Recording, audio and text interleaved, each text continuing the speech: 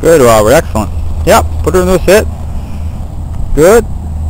Yep. And just flex a little bit. Now, when you put her into a sit, put the leash into the opposite right hand again. Like if you come to a stop after you've pushed and pulled up, just go back to leash flexing a little bit here. So just stand still for a second. Flex. So if her mind separates away, flex. If it comes in, you feel her draw into you. You don't need to. Flex here. The tempo will pick up though. If her mind's pulling away more, flex a little bit more. And yeah, every time, very good, Robert. And then even as you walk, flex a little bit while you're walking. Because her mind will pull away even during the walk. Right. You know, even though she might be beside you. Very good. Flex. Yeah. Flex a little bit. Excellent, Robert. Very good. Flex. Yeah. And the whole thing is, when you get in the tune to this, you don't even have to, you know, you can feel it through the leash. Right. Her mind separating, and you just flex as you're walking. And then you'll feel her head pull back. And then you don't have to. And then you can praise her if she's at the moments that she's floating beside you, and you feel that floaty feeling where she's really in harmony. Yeah. You can say good girl at those moments. But you know, make sure it's a moment that you really feel that she is floating. Right. Otherwise, just kind of, you know, flex, and there you go. Very good technique, Robert. Flex a little bit. Yep, that's right. Put her into another sit here. Fingertips, push. Yep, pull up, and then go right into the leash flexing a little bit. Just stop, and always stop for a second. Flex, flex, flex right here, flex. So feel mine, flex, keep flexing, a little harder, a little bit more intensity on the flexing, so it's a little bit higher level. It's not like choke chain like, but it's definitely, you know, meant to tear in. So if you feel her mind, it's meant to get her back. So flex here, flex, there you go. Because the whole thing is you'll feel her mind pull back. Very good. Walk forward. Yeah, no commands, and I mean, the whole thing is you'll feel her going. That's the great thing about this, Robert. As you're doing this, as you walk forward, Yeah. she knows your mind. She's going to go. Right. I mean, that's the thing about harmony, is she's in tune to your mind. So, very good, Robert. Yep. Yep.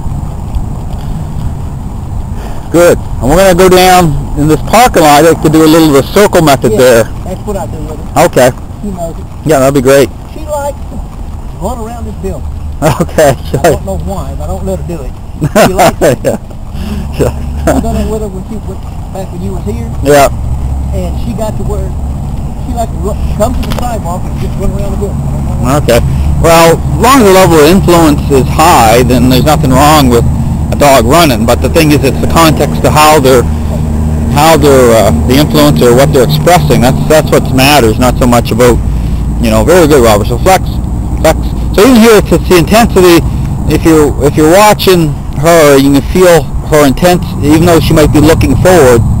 If her mind is putting out too much influence on another dog or whatever, you need to interrupt that a little bit. So you need to flex, even if so.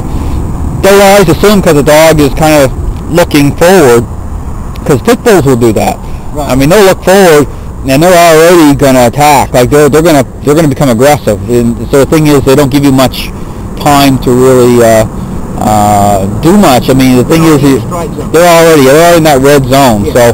So here with Shiva, what you need to do is, first thing you do is identify, number one, she is holding, even though you've created a really high level of harmony with her, you've done a great job with her, Robert, you still need to, if you want to, difference between a crackerjack dog and a dog that you're still be happy with, you want to get up into these levels of that level, you need to tear into that remaining amount of power. You need to get your level of influence up higher. Okay. And this comes through this. So as her mind separates away, you want to flex. No words are spoken. Like I recommend strongly, like for anyone that's doing shifting powers, don't use commands, because it's the context of what's being said. It's you're asking the dog to do something. It's they're governing their own thinking. Okay, so here, because dogs are linked to the person. So if you're asking them to sit, you know, the level of influence is going to be there. They're going to be sitting for something in return, or they're just not going to sit.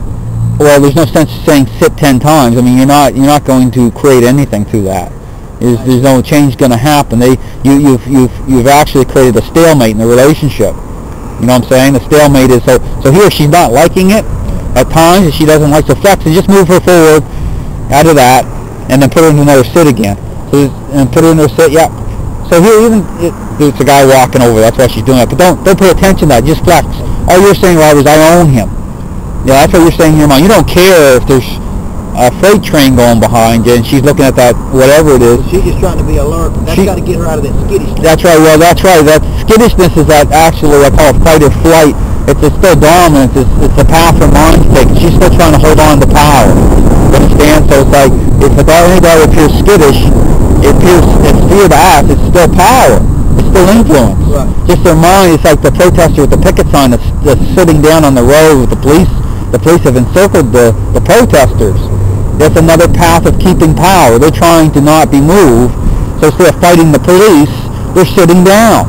Yeah. Right? Then that still may achieve. They're showing dominance. They're still showing dominance. Right. You know, it appears to be. Wasn't doing nothing to them. That's right. But you were resisting. You were resisting. That's right. You still weren't following order. You weren't being put under the influence of. You were trying to keep authority away from governing your. That's right. It's passive aggressive, but it's still power. So it's the same path of a dog's mind. It appears fearful, right? But no, it's still the same thing, and that's very deceiving to the dog owner. Right. So very good. So here, once we get over here, do a little bit of the circle method. So flex here. If she turns around and reacts to anything, just flex go against that path her mind takes. Very good, Robert. So when you do the circle method, Robert, it's gonna walk into her. So you're gonna move to the right. Right. So if she's on your right, move to the right. So you're actually going to walk into her a little bit here, and then every few feet, every so many feet, put her into a sit, because you don't want to make yourself dizzy. So put her into a sit. Very good. Push. Pull up. Yep. Flex the leash a little bit here, Robert. Now here, we're going to add a down on during this too. So when you do the circle method, you don't want to make yourself dizzy, so you want to stop every few feet, put her into a sit, and then after every third or fourth